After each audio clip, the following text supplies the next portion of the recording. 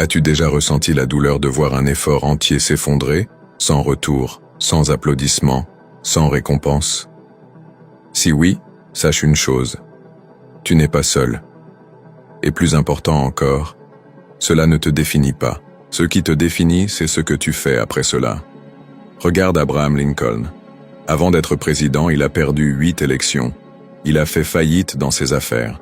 Il a souffert d'une profonde dépression. Mais il ne s'est jamais rendu. Chaque défaite a été une leçon. Chaque chute, un entraînement. Et au lieu d'utiliser ses échecs comme excuse pour abandonner, il les a utilisés comme fondation pour bâtir le courage qui allait faire de lui le plus grand leader de sa génération. Tu dois changer ta manière de te rapporter à la défaite. L'échec ne dit pas « c'est fini ». Il dit « pas encore ». Mais on ne peut entendre cela que lorsque l'on fait taire son orgueil. Car un orgueil blessé est un mauvais conseiller. Il va tenter de te convaincre qu'il vaut mieux arrêter, que tu n'es pas fait pour ça, que peut-être il vaut mieux se contenter de moins. Mais l'esprit d'un gagnant n'écoute pas l'orgueil. Il écoute la conviction. Et la conviction dit « tu es tombé, mais tu peux aussi te relever ». As-tu déjà réfléchi à pourquoi tant de gens abandonnent si près d'un tournant? Bien souvent, ce n'est pas parce qu'ils sont faibles, mais parce qu'ils n'ont pas appris à interpréter l'échec correctement.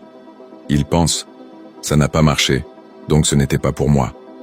Alors qu'ils devraient penser « ça n'a pas marché comme ça, donc je dois ajuster ma méthode ». Voici la véritable valeur de la chute. Elle t'enseigne ce qui ne fonctionne pas. Et c'est un cadeau déguisé. Chaque erreur contient des données précieuses. Mais seuls ceux qui ont l'humilité de les analyser froidement peuvent en tirer profit.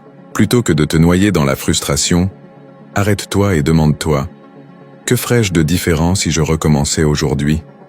Cette simple question peut t'épargner des années d'essais et d'erreurs.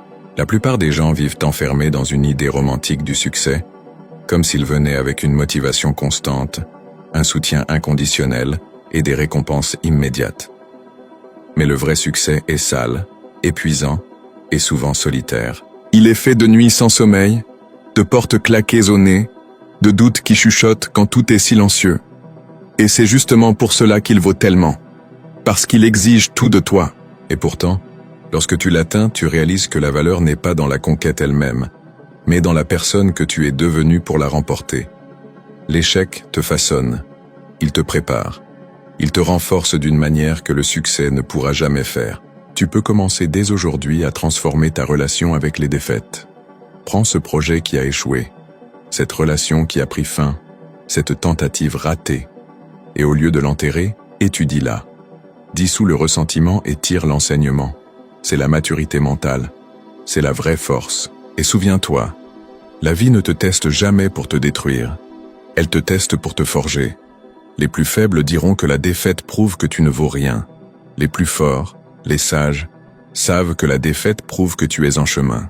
Ton histoire ne sera pas écrite par tes chutes, mais par le nombre de fois où tu as choisi de te relever. Et s'il te reste encore de la force pour essayer une fois de plus, même en tremblant, même fatigué, alors il y a encore de l'espoir. Et là où il y a de l'espoir, il y a des possibilités. Et là où il y a des possibilités, il y a un chemin. Que feras-tu de ta prochaine erreur?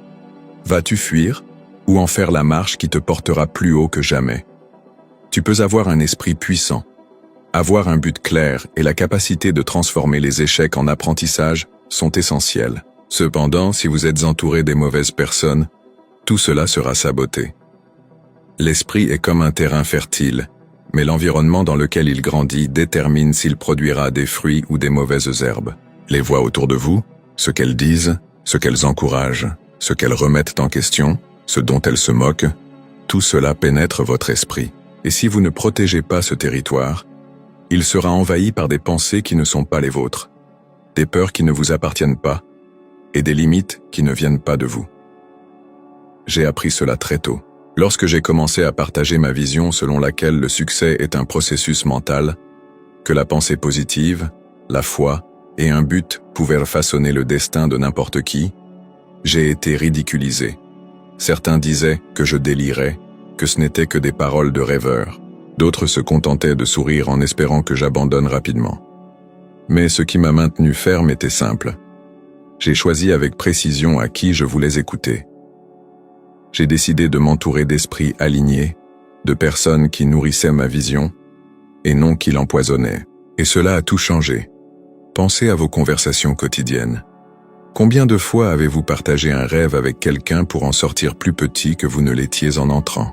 Combien de fois avez-vous entendu des phrases comme « c'est trop difficile »,« ce n'est pas pour des gens comme nous »,« mieux vaut ne pas prendre de risques ». Ces phrases, répétées avec naturel, ne sont pas que des mots, ce sont des graines. Si vous les entendez souvent, elles prennent racine. Et avant que vous ne le réalisiez, vous vivez une vie qui n'est même pas la vôtre. C'est la vie limitée que d'autres ont acceptée et qu'ils ont voulu que vous acceptiez aussi. Imaginez maintenant le contraire. Imaginez être entouré de personnes qui défiennent votre esprit, stimulent votre ambition et vous rappellent votre but lorsque vous l'oubliez vous-même. C'est ce que j'appelle une alliance d'esprit. Andrew Carnegie m'a enseigné ce principe et je l'ai baptisé Mastermind, l'union de deux esprits ou plus qui se réunissent en harmonie pour atteindre un objectif défini. Ce n'est pas seulement un groupe de soutien, c'est une source de puissance multipliée, car lorsque les esprits se connectent de manière alignée, naît un troisième esprit, invisible, mais plus puissant que la somme des parties. Prenez l'exemple de Henry Ford et Thomas Edison. Ford était un génie de la production, Edison un maître de l'invention. Et bien qu'ils soient différents, ils décidèrent de se rencontrer régulièrement pour échanger des idées. Ils savaient qu'ils pouvaient aller loin seuls, mais qu'ensemble, ils pouvaient aller plus loin encore. Edison inspirait Ford à penser de façon créative. Ford encourageait Edison à rendre ses idées plus pratiques. De cette collaboration naquirent des avancées qui marquèrent le siècle. La question que vous devez vous poser maintenant est: avec qui vous réunissez-vous? Quels sont les noms qui reviennent le plus souvent dans vos conversations? Vous pousse-t-il en avant ou vous tire-t-il en arrière? Vous défie-t-il d'être meilleur ou vous conforte-t-il dans la médiocrité? Célèbre-t-il vos victoires ou minimise-t-il vos efforts? Ne sous-estimez jamais le pouvoir d'une voix. Un mot peut allumer ou éteindre une idée. Il peut vous élever ou vous enterrer. Soyez donc prudent. Éloignez-vous de ceux qui vivent de sarcasme, de critiques déguisées en conseils, de négativité étiquetée comme réalisme. Vous n'avez pas besoin de plus de réalité. Vous avez besoin de vision, de foi et de personnes qui vous aident à protéger cela. Et ne vous méprenez pas. Ce n'est pas une question de quantité, mais de qualité. Parfois, une seule bonne personne vaut plus que 100 relations superficielles. Si aujourd'hui vous sentez que vous n'avez personne de ce genre autour de vous, alors soyez cette personne en premier. Soyez celui qui inspire, qui renforce, qui écoute sans juger et qui conseille sans limiter. Avec le temps, votre vibration attirera des semblables. Mais attention, une alliance n'est pas de la flatterie. Il ne s'agit pas d'être avec ceux qui disent toujours « oui ». Il s'agit d'être avec ceux qui disent « oui, vas-y ». Et aussi « non, tu peux faire mieux » quand c'est nécessaire. C'est un vrai partenariat. C'est de la confiance, c'est de la loyauté, c'est une vision partagée. Et surtout, c'est un engagement mutuel envers la croissance. J'ai toujours cru qu'aucun esprit ne devrait combattre seul. Dans les moments où ma foi vacillait, mes partenaires d'esprit solides me rappelaient ma valeur. Quand le découragement me guettait, leurs paroles rallumaient ma flamme. Et cela, mon ami, c'est de l'or. C'est une armure invisible contre l'usure du monde. Vous pouvez être fort, vous pouvez être intelligent, vous pouvez être déterminé. Mais si vous êtes entouré de voix faibles, cyniques et résignées, votre esprit sera progressivement saboté. Alors choisissez. Choisissez vos voies. Choisissez vos compagnons. Choisissez votre environnement. Pas par arrogance, mais par conscience. Pas par fierté, mais pour vous protéger. Ce que vous permettez d'entrer dans votre esprit détermine ce que votre esprit produira. Et personne, absolument personne, n'atteint le sommet sans soutien.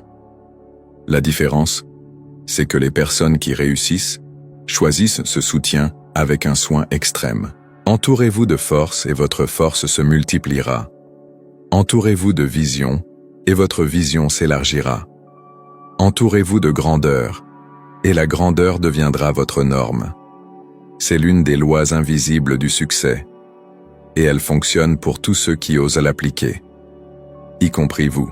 La force mentale n'est pas un don réservé à quelques-uns, c'est un choix, une construction quotidienne faite de buts, de persévérance, de vision claire et d'alliances puissantes. Et s'il y a un point que vous devez garder fermement après tout ce que nous avons partagé, c'est celui-ci. Vous avez le pouvoir de façonner votre esprit, et en le façonnant, vous façonnez votre destin. Si vous avez compris cela, vous avez franchi une étape que la plupart n'osent jamais franchir. Maintenant, continuez d'avancer. La prochaine vidéo est déjà sur votre écran, prête à vous aider à gravir une marche supplémentaire dans votre évolution de sagesse. Un simple clic, un pas, et vous serez 1% plus fort qu'hier. Merci d'avoir marché avec moi jusqu'ici. Je vous attends dans la prochaine vidéo. Continuons ensemble.